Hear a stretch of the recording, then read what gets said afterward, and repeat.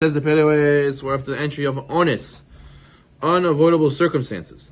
So the Pele Yoetz is going to speak about how sometimes we fall short in our service of Hashem, and we claim, Rabbi, I had no choice. It was against my will. I couldn't do it. I was in a circumstance, my hands were tied. We're going to see if that really is an excuse or not. Amar hechacham kol toeh ze lo mita'am anus rachman patre.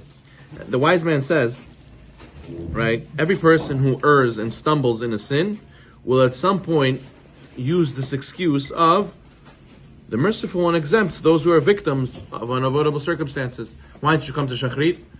Unforeseen circumstance, something happened, I couldn't make it, whatever, the kids, this, that.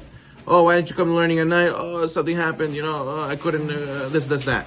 So therefore he says, at some point we all stumble upon this claim. He says, Ki בעידה כל דהו מוצא מקום פטור לעצמו מכל דבר טוב באומרו שהוא אנוס לא יכול לעשהו. For the flimsiest excuse, he will find room to exempt himself from doing any mitzvah, saying, I'm unable to do it. The circumstances are beyond my control. Either mitzat shohev lanoah, because you're too lazy, loves to be lazy, or lisabiliten, or he wants to run away to business, and he doesn't want to muster up the ability to cut out from that time to do mitzvot.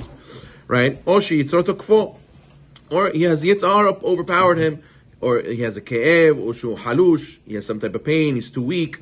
You call the guy in the morning, come to Nets. Oh, I can't, my kid was all nightless. Oh, I can't, I came home late. Oh, I can't. What all these excuses that sometimes people give. Are they valid, they're not valid? It says the Pele Yoetz,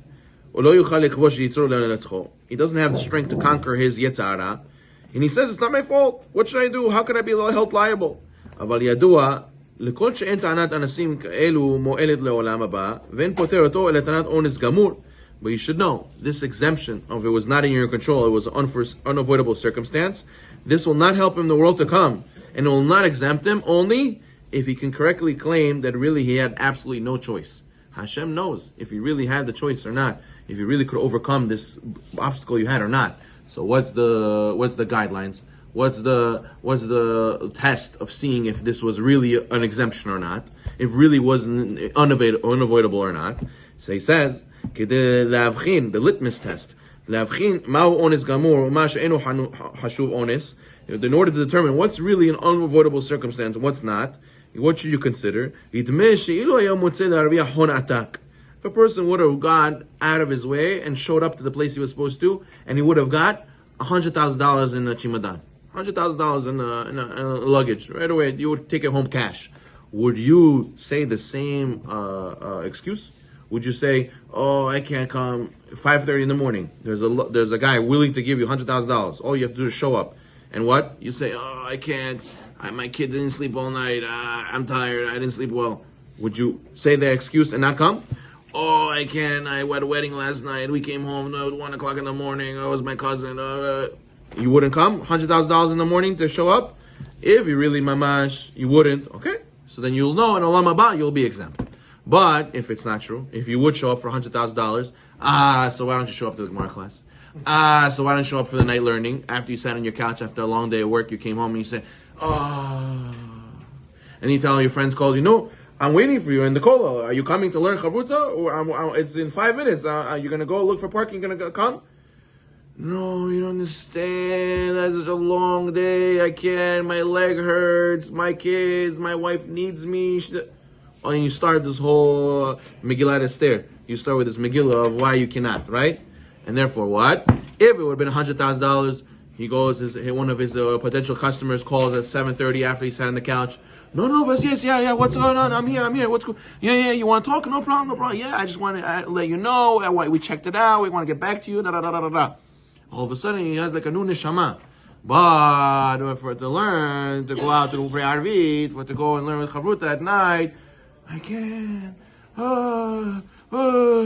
So therefore, the Pele Yoetz says the person has to know, if you would have got $100,000, would you go? So it's not really an unavoidable circumstance. It's not really an excuse, and you are being drukke with HaKadosh Baruch Hu, Chaz v'Shalom. So therefore, a person has to be honest. If you wouldn't go, that's a real honest. But sometimes when a person comes to profit, what does he say? He said, what? You think I'm going to stay here? I have to push myself. I have to go make that money. So therefore, if so, what are you going to answer in the day of retribution? How are we going to go and justify our actions?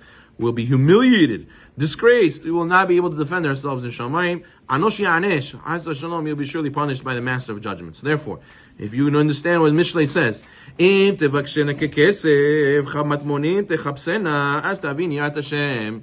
Mishlei says, King Solomon says, if you will seek the Torah and Yirat Shamayim like silver and search after like hidden treasure, then you'll understand the fear of Hashem. So therefore, the test is how you are in your business. No less does Hashem expect in your service of Hashem and in your prayers and your mitzvot and your learning. Zekla gadol b'Torah. Ki sahra leYehudim aita ora. This is the great principle of Torah, whose reward is to the Jews there was light. Baruch Adonai Olam. Amen.